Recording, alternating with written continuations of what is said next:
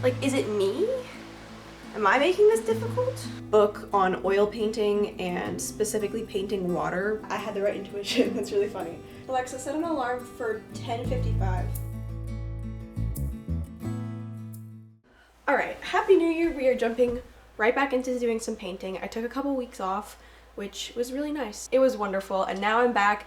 I'm feeling so refreshed, and I'm ready to get back to painting. First thing that I'd love to share with you guys is I have some pretty exciting news about gear updates. My amazing husband, Jeremiah, he got me this and this. I unboxed them already and I put them in their carrying packages, but I haven't put it together yet. And you might be wondering, what is this? And that's a good question. This is a plein air setup, but I've not put it together. So I would love to figure this out with you. The easel I've been using is my great Uncle Boo's easel that he used to use.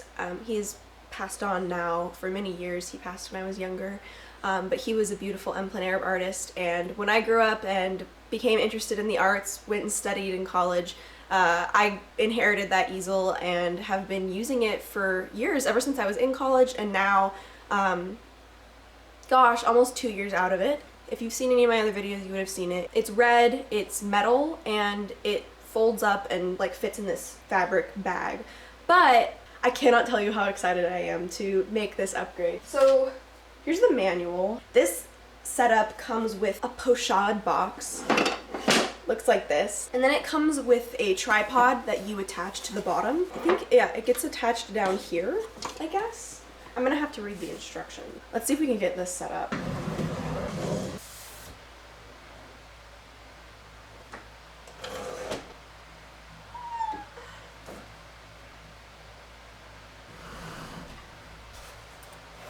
Look how sturdy this tripod is. You can't see it because you're on my camera tripod, but this is like 10 times sturdier than my actual like camera tripod. But look at this thing. Like, this is like sturdy. I need to figure out how to attach it though. It looks like this plate attaches onto here like this, and then it gets clamped in. And then while this is on here, okay, wait, no, maybe I don't understand. Hold on. So this has the quick release. It's got this knob here that like loosens this plate. This plate moves in and out. So if I loosen it and then I screwed this plate onto the bottom of my pochade box, should... Why is this being so hard? This is proving to be a little more difficult than I thought it would be. What? Genuinely, it's not, the little knob here is not turning. I'm gonna do this laying flat, maybe? Okay. Like, is it me? Am I making this difficult?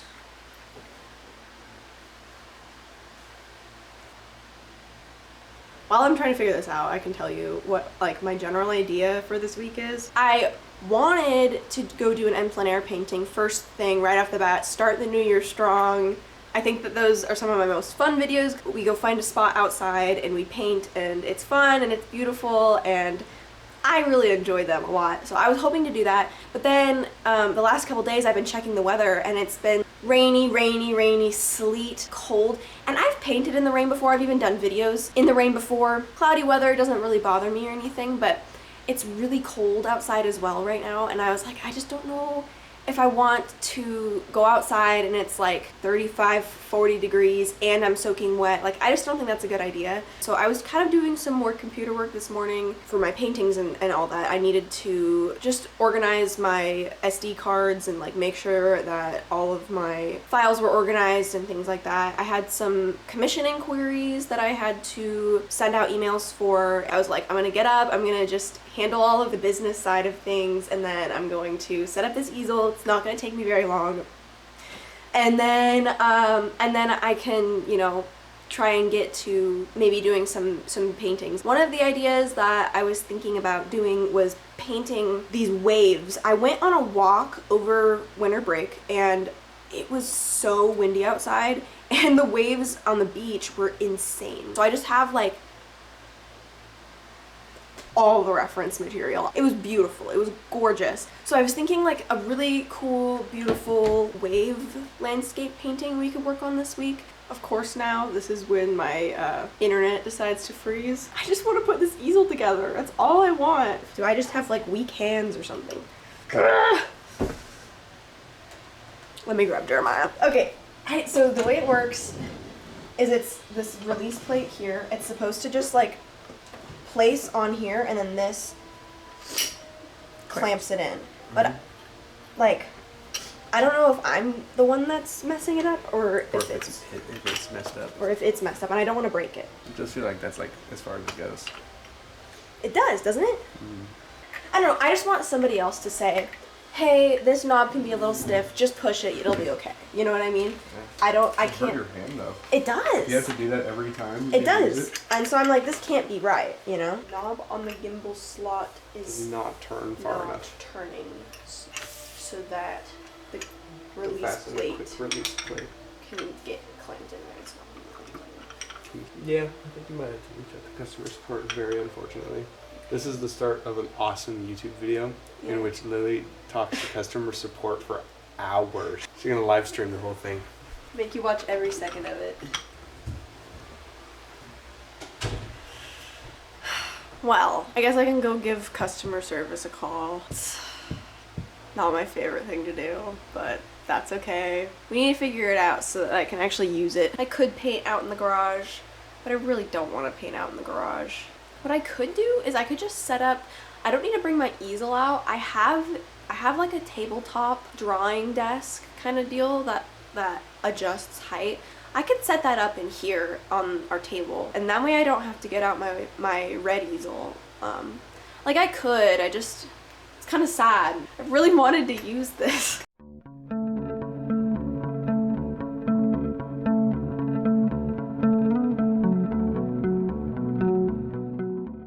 Believe it or not, this whole thing took me like all day long. So I actually might wait until tomorrow to start painting and just get some other stuff done around the house today. But yeah, it's kind of amazing how much things can eat up your day like this, but it's all right. I'm sure we're gonna get the easel thing figured out. I'll be really excited to use it when I can use it, but until then, I have other stuff that I can get done. All right, it is the next day. I wanted to get to doing some actual painting today, so let's set up a table and we can get to talking about this landscape painting I have in mind.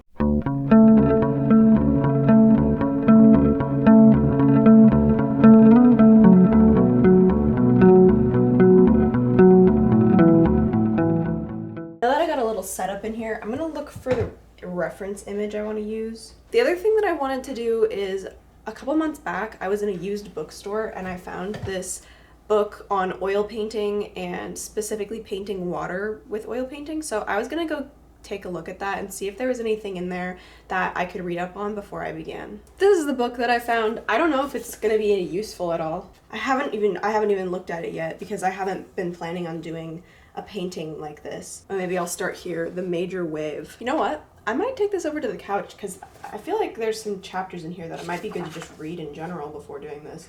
There's some really beautiful illustrations. They're all in black and white, but I mean, that's what I want to capture that energy and movement. And it looks like it dissects like the anatomy of a wave down pretty specifically. I just like picked a chapter that seemed like it would be relevant to what I'm doing, and I'm like 2 paragraphs down and it says, literally word for word, if you must choose one chapter to study more than all others, please choose this one. I had the right intuition. That's really funny.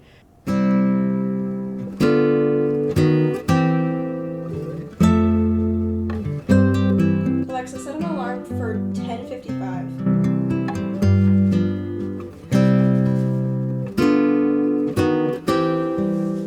I'm going to use burnt sienna here. I'm going to dip my brush in this paint thinner and then make this burnt sienna pretty watery and just smear this all over the page, all over the canvas.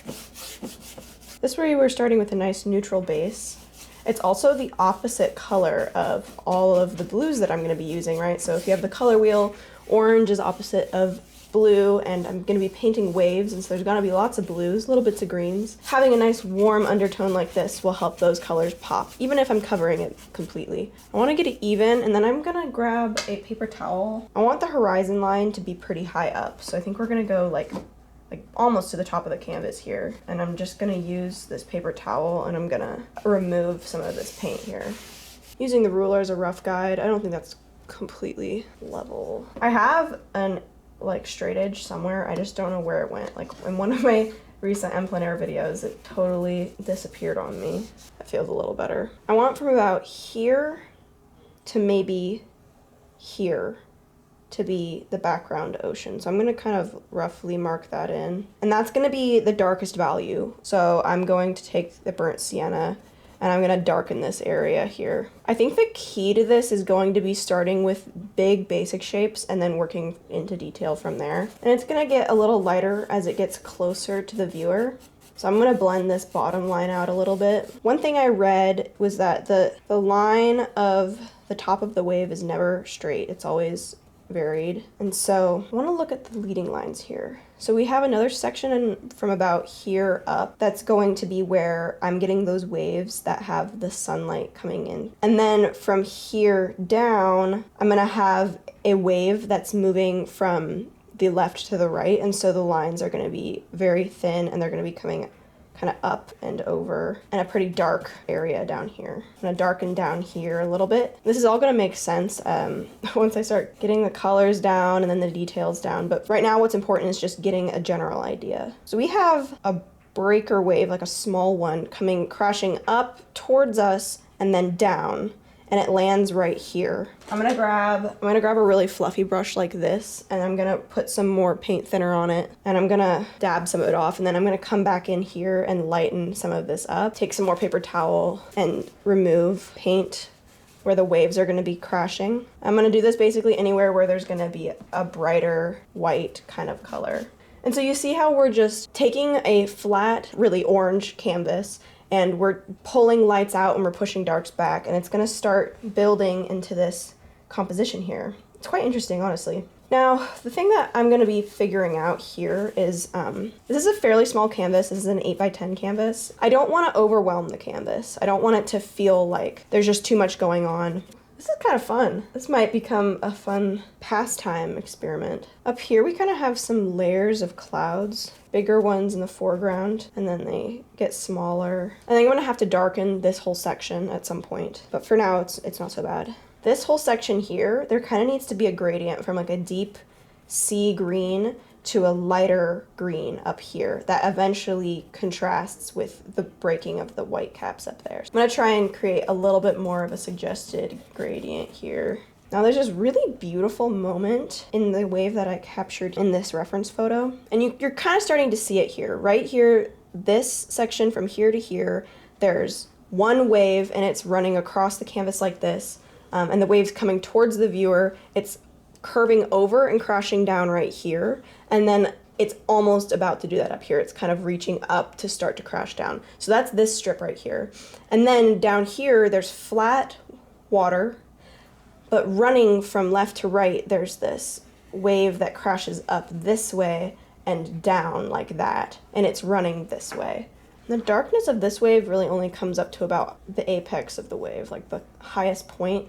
And then there's like foam up meeting it here. So I need to make that a little bit more apparent. So I think we're getting a pretty interesting composition here. It's balanced asymmetrically, where there's a wave coming up and down crashing here, which creates this white space over here. And then on this side, the wave's coming up and crashing down this way, which creates white space on this way. And it kind of balances it out. If you cut the canvas like in half right here, it has kind of a equal but not the same feeling on either side. So I think the composition is starting to be balanced. I think that I could probably stop here, and that didn't take me that long. Stop here with the underpainting and start to think about the colors moving forward. All right, I'm gonna try and mix some deeper blue-green colors. I'm gonna use phthalo green here, and I'm gonna use some ultramarine blue, and hopefully I can get like a deep ocean dark, almost black. Is like, look at that, that's kind of almost turning into a black. Of course, what would make it more of a true black is adding a little bit of red. I'm gonna put in the darkest darks. I think that's what my brain is telling me to do, which means that I'm gonna start here in the background and try to do this horizon line justice. Maybe I'll get my ruler out.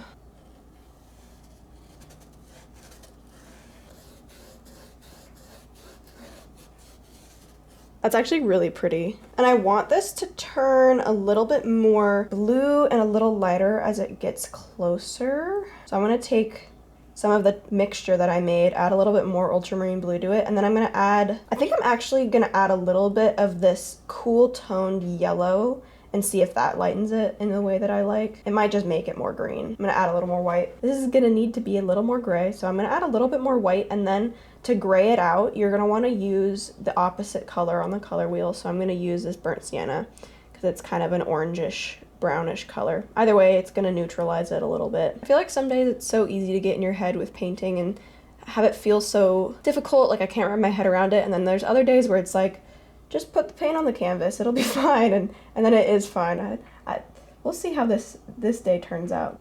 Getting too much into the details already. It's okay. Instructions are just a suggestion, right? This feels right to me.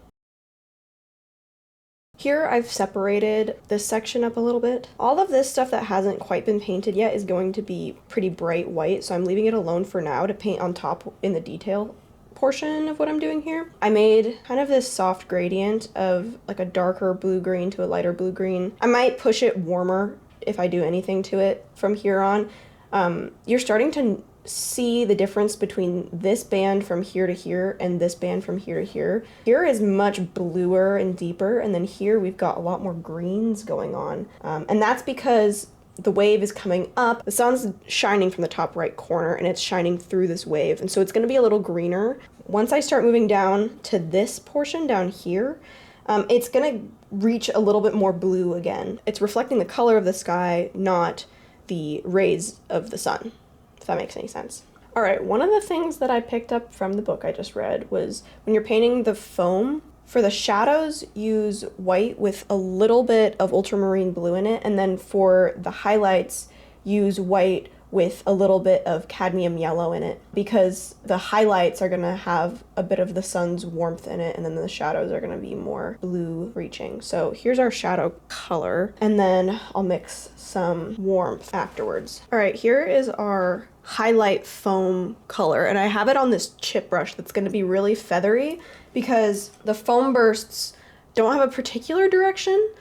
So we're gonna just kind of try and spray them in there, keep the edges very loose, but also not too loose. I feel like I need to be so intentional with this. I don't want to be too precious with it either, but like I definitely don't want to just put it down on the canvas and hope for the best. Maybe I'll use this smaller brush to lay in the middle bit here and then kind of feather it out on the edges with this brush. I don't know. I'm just kind of experimenting at this point. I'm paying attention to the basic shapes that the waves are creating and then placing those in and hoping for the best, basically. I'm just gonna paint the sky in here really quickly before I get too carried away with all of the waves. I also went in, as you see, with this green because even though it doesn't really show that green in the reference image I have, I was reading in the book that if you're painting the sun shining through the waves, don't use white. And so I was just gonna take that and trust him, the author, and just see how it turned out and think I'm seeing where he's coming from, because I added a little bit of green in and it's feeling a little more luminous than it had before. So I'm just gonna run with that. With the sky here, I am putting in these darks first. I'm gonna try and keep it pretty simple. The sky is definitely more purple blue than it is green blue, so I'm trying to keep as much green out of it as possible. And then it gets just like a little bit lighter at the horizon here, so when I'm done with putting in these darks, I'm going to come in with a lighter color and just slightly blend that light into the surface. I'm unsure of how to start creating these variations in the foam, so I'm just gonna kind of start to create the lines that I see roughly. They're all kind of flowing this way. It's so difficult to learn how to be both regular and patterned, but also irregular and random with your strokes. I feel like that's what this calls for, truly. I feel like a script brush would actually be really good for this. Let me see if I can go find one. See, I feel like something with this very like straight tip. Thin and long. I think that's gonna be useful.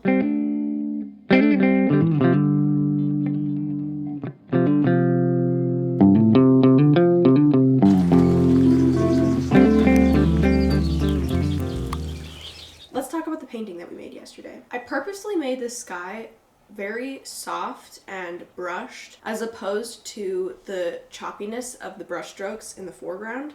You can see the difference, especially comparing the breaking wave, the brush strokes that are made there, to the smooth blended brush strokes that are almost invisible in the sky. I made the sky a lot more purple and a little bit more desaturated than the foreground is. Overall, I think this is quite beautiful, and I had a lot of fun doing it. I think my absolute favorite part of this painting, though, is not the wave that's already broken, but the wave that's coming up and ready to almost break. There's this anticipation with that wave where you can tell that it's almost going to come up and down over, but it's not quite there yet. And I think that that creates a little bit of tension in the painting, which I think is really fun. And it has so much movement. You have a wave that's coming at the viewer, and then you have a wave that's rushing off to the side. And I think that, at least to me, that creates a line of movement where your eyes kind of follow the direction of the waves, and it carries you around the composition, kind of in a circular motion. At least my eye is drawn to looking at the breaking wave, down to the wave that carries across the page, and then back up the canvas with this wave that's almost about to break. I definitely struggled most with the foam. It's kind of interesting because you'd think that the most loose and random brushstrokes are going to be the easiest, because who cares how they fall? Who cares where they fall, you know? But it actually ended up being the area that I struggled in most. I wonder how doing this would be if I was doing it all from memory or from my brain. In the book that I was reading, it kind of talked about it like you could just make it up as you go, as long as you understand how a wave is built and what the shapes are and what the movement is. Because if you can understand the direction that the wave's moving and you can understand how it's built, you could kind of invent your own waves in your head. And I kind of wonder how that would work as well. Because honestly, when you're painting in person, if I was to go to the beach and paint a wave in person, half of it is in your head anyway, because they're just constantly moving in quick succession. So it actually makes a lot of sense that you would teach somebody to paint a wave by encouraging their creativity and by encouraging their understanding of how it's actually built. So overall, I think that this painting was a success, and I definitely would like to try it again sometime. Maybe using slightly different color palettes and different shapes. I had a lot of fun, and honestly, I feel like this is something that I would do just as a pastime, just as like a not turn your brain off kind of activity, because I definitely think my gears were turning the whole time trying to figure it out. But it's almost like the same feeling I get when I solve a puzzle and sit down to have intentional time to work something out, is you're just sitting there and you're looking for the patterns and you're piecing it together. And honestly, I think that that's very much what my experience was here. I sat down, I had intentional time to let my brain just focus on this one thing, and I was sitting there and I was piecing together all of these patterns, because that's what water is. It's so patterned and repetitive, and yet none of it has ever been the same. You know, like each wave is different and each droplet is a different shape, and the foam, it piles and expands, and it's never quite exactly the same, and yet it creates this repetition of circles and lines and striations. So that definitely is enough to keep the brain interested, but it does kind of feel cathartic in a way, because it's so abstract as well, and learning exactly how to move your brush in those abstract ways to create something that is very much not abstract. I think that that was really interesting, and I'd like to give it another go at some point. Hi, also I'll keep you updated on the progress I make with that easel. I'm working on it, but as soon as that easel gets up and running, I'm showing you, and I want to work through the whole setup, and it'll be great, it'll be exciting, but I just wanted to not let that just be a loose end here.